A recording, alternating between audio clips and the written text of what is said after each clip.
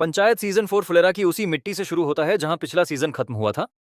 लेकिन इस बार कहानी में चुनावी रंग घुल चुका है और गांव की गलियों में सिर्फ धूल ही नहीं, साजिशों की गंध भी तैर रही है। मंजू देवी बनाम क्रांति देवी का चुनावी संग्राम तो है ही, लेकिन असली लड़ाई हर एक किरदार की अपनी जगह, पहचान और प्रतिष्ठा के लिए है। और इसी लड़ाई में सचिव जी फिर से फंसे हैं। लेकिन इस बार वो पहले से ज्यादा संजीदा, समझदार और परेशान नजर आते हैं। बनराकस पूरे मूड में है। इस बार वो सिर्फ जहर नहीं उगलता, बल्कि मीठी चटनी में भी बारूद भरकर पेश करता है।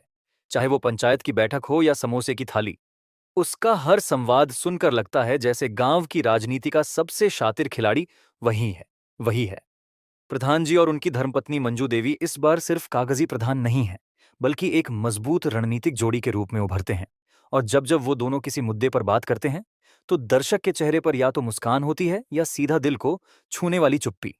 इस सीजन की सबसे खास बात यह है कि जहां एक ओर गांव की समस्याएं जैसे बिजली, पानी और दबंगई दिखाई जाती हैं, वहीं दूसरी ओर दोस्ती दोस्ती, भरोसे और इंसानियत की खूबसूरत मिसालें भी रखी गई हैं।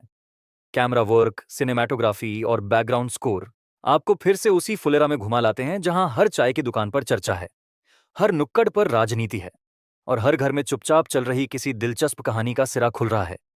अभिषेक की खामोशी, विकास की नादान चालाकियां और प्रहलाद चाचा का टूटा दिल, इन सब में एक इमोशनल वजन है जो शो को सिर्फ हल्का फुल्का कॉमेडी ड्रामा नहीं रहने देता, बल्कि इसे एक संपूर्ण सामाजिक व्यंग्य बना देता है।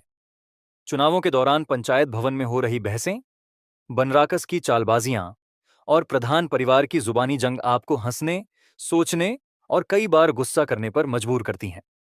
पंचायत सीजन का चौथा भाग आपको हंसी तो जरूर देगा, लेकिन साथ ही गांव की सच्चाई, वो रिश्तों की गहराई और इंसानों की चुप लड़ाइयों का ऐसा आईना दिखाएगा जो शायद बड़े शहरों की कहानियों में नजर नहीं आता।